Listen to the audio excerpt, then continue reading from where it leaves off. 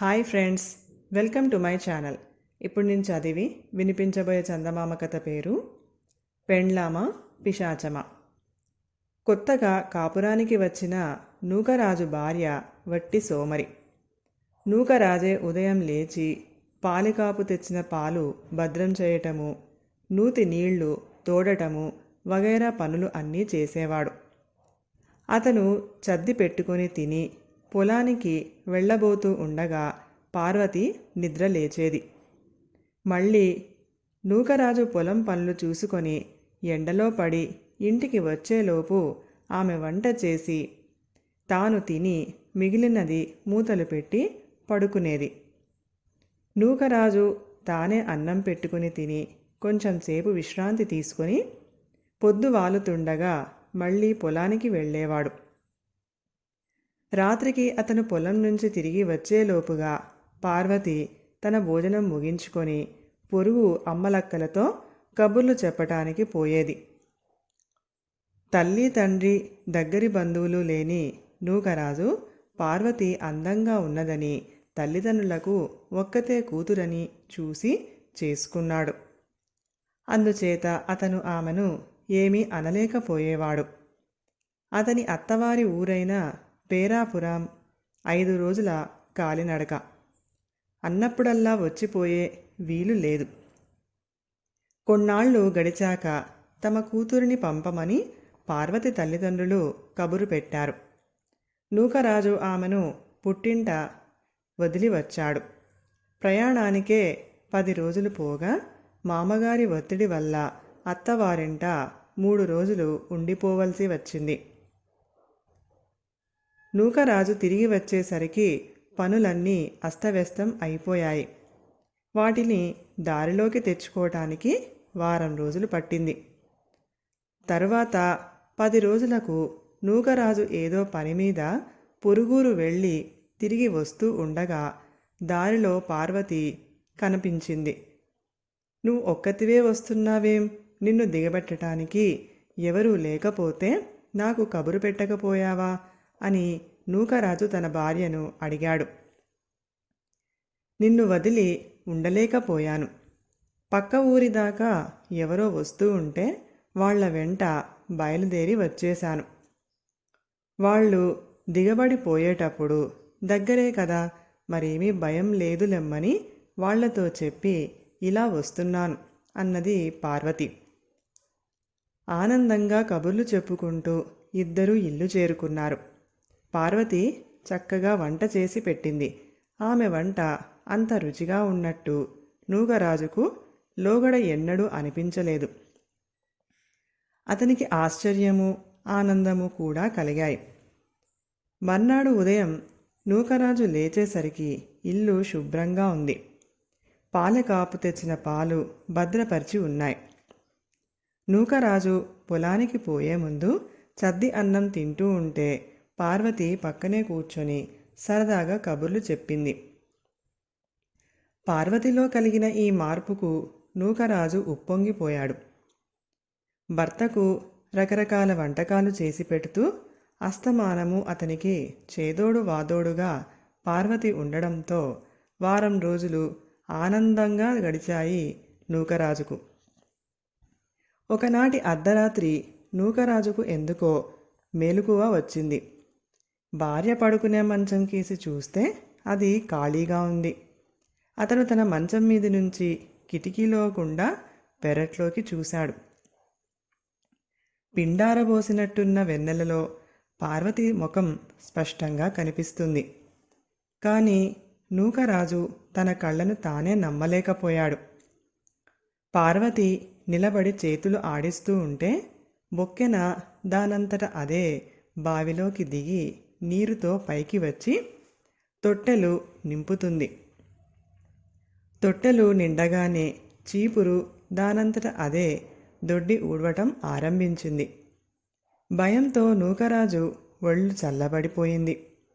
పార్వతి పాచి పనులన్నీ ముగించుకొని లోపలికి వచ్చేలోగా అతను తిరిగి వచ్చి పడుకొని నిద్రపోతున్నట్టు నటించాడు. అర్ధరాత్రే పాచి పనులన్నీ ముగించుకొని వచ్చిన పార్వతి నూకరాజు ముఖంలోకి పరీక్షగా చూసి తృప్తిపడి తన మంచం మీద తాను పడుకుంది. పొలం నుంచి వచ్చాక ఎవరైనా భూతవైద్యుణ్ణి సంప్రదించాలని నూకరాజు నిశ్చయించుకున్నాడు. అతను పొలానికి పోతూ ఉండగా మళ్ళగట్ల మీదుగా అడ్డం పడి పేరాపురం నుంచి వస్తున్న అతని మామగారు శరభన్న ఎదురయ్యాడు. ఏమిటి ఇలా వస్తున్నారు? అంతా క్షేమమేనా? ఇలా వస్తున్నట్టు తెలిపారైనా కారేం? మిమ్మల్ని చూసి పార్వతి ఆశ్చర్యపోతుంది అన్నాడు నూకరాజు శరభన్నతో. పార్వతి ఆశ్చర్యపోతుందా? నూకరాజు, నీ మాటలు నాకు అర్థం కావడం లేదు అన్నాడు శరభన్న అయోమయంగా. ముందు ఇంటికి రండి, అన్నీ తర్వాత మాట్లాడుకోవచ్చు అంటూ నూకరాజు తన మామను వెంట పెట్టుకుని ఇంటికి తిరిగి వచ్చాడు. అతను తలుపు తట్టగానే పార్వతి తలుపు తెరిచింది. ఆమెను చూస్తూనే శరభన్న అమ్మా పార్వతి అని గట్టిగా కేక పెట్టి కళ్ళు తిరిగి పడిపోయాడు. అతను పెట్టిన కేకకు నలుగురు పోగయ్యారు. ముఖాన నీళ్లు చల్లిన మీదట శరభన్న తేరుకొని అమ్మా పార్వతి, నువ్వు అన్నమాట నిలబెట్టుకున్నావా అన్నాడు. ఆ మాటలు ఎవరికీ అర్థం కాలేదు. నా పార్వతి, నా తల్లి చచ్చిపోయిందనుకున్నాను, ముందు దాన్ని చూడాలి అంటూ శరభన్న లోపలికి వచ్చాడు. అతనితో పాటు అందరూ వచ్చారు. పార్వతి మంచం మీద స్పృహ లేకుండా పడి ఉంది. ఎవరో ముఖాన నీళ్లు చల్లినాక ఆమెకు స్పృహ వచ్చి చుట్టూ మూగిన జనాన్ని చూస్తూ బిత్తరపోయినట్టుగా నేను ఇక్కడికి ఎలా వచ్చాను అని అడిగింది. నేనమ్మా నాన్నని అన్నాడు శరభన్న. పార్వతి నూకరాజును చూసి ఏమిటండి ఇదంతా, నాకంతా అయోమయంగా ఉంది అన్నది. నూకరాజుకు కూడా ఇదంతా అయోమయంగానే ఉండటం వల్ల అతను తెల్లమొహం వేశాడు. శరభన్న ఇలా అన్నాడు. నూకరాజు, పార్వతి, మీరేమీ కంగారు పడకండి. అసలు విషయం నేను చెప్తాను. నువ్వు పార్వతిని దిగబట్టి వెళ్ళిన 2 రోజుల తర్వాత నేను మీ అత్త పార్వతి పొరుగురు సంతకు వెళ్ళాం. మేం తిరిగి వచ్చేటప్పుడు పార్వతి హాస్య ధోరణిలో చెబుతున్న మాటలను బట్టి అది నిన్ను సుఖపెట్టడం లేదని మాకు అర్థమైంది. దాని ప్రవర్తనను ఖండిస్తూ నేను మీ అత్త దానికి హితబోధ చేస్తూ ఊరి బయట శ్మశానం వద్దకు చేరుకున్నాం. అకస్మాత్తుగా పార్వతి మరో మనిషిలా అయిపోయినట్టు కనిపిస్తూ నా భర్తను నేను తప్పకుండా సుఖపెడతాను నాన్న అన్నది గంభీరంగా.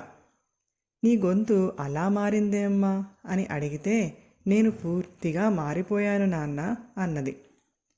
దాన్ని చూస్తుంటే ఏదో గాలిశేష్టలా తోచింది. దానికి తెలియకుండా ఏవో భస్మాలు రక్షరేకులు వాడాం.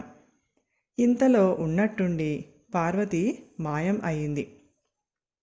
మా ఊరి పక్కన నది ఒడ్డున ఎవరికో పార్వతి బట్టలు దొరికాయి. అది నదిలో పడి చచ్చిపోయిందని ఏడ్చాం. ఈ దుర్వార్త నీకు చెప్పటానికి ఇన్నాళ్ళు అనుమానించి చివరకు బయలుదేరాను. ఇదంతా నిజమా నాన్న అని పార్వతి ఆశ్చర్యంగా అడిగింది. దానికి సమాధానంగా నూకరాజు, నిజమే, నాకు నిన్న అసలు విషయం తెలిసింది.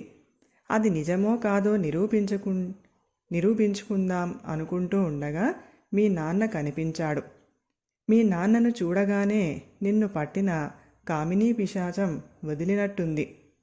ఆ పిశాచం భర్తను సుఖపెడతానన్న మాట చెల్లించుకునేందుకు వచ్చేసింది.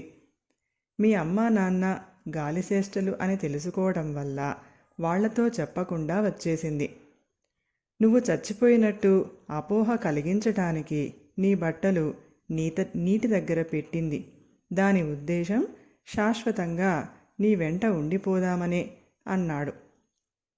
తర్వాత అతను పార్వతితో ఏకాంతంగా, నీకన్నా ఆ పిశాచే నయం, నన్ను ఎంతో బాగా చూసుకుంది అంటూ జరిగిందంతా ఆమెకు చెప్పాడు. తర్వాత పార్వతి ఆ పిశాచం కన్నా కూడా బాగా భర్తను చూసుకునేటందుకు విశ్వప్రయత్నం చేసింది. కథ సమాప్తం. ఈ కథ కనుక మీకు నచ్చినట్లయితే ప్లీజ్ లైక్ చేయండి, షేర్ చేయండి.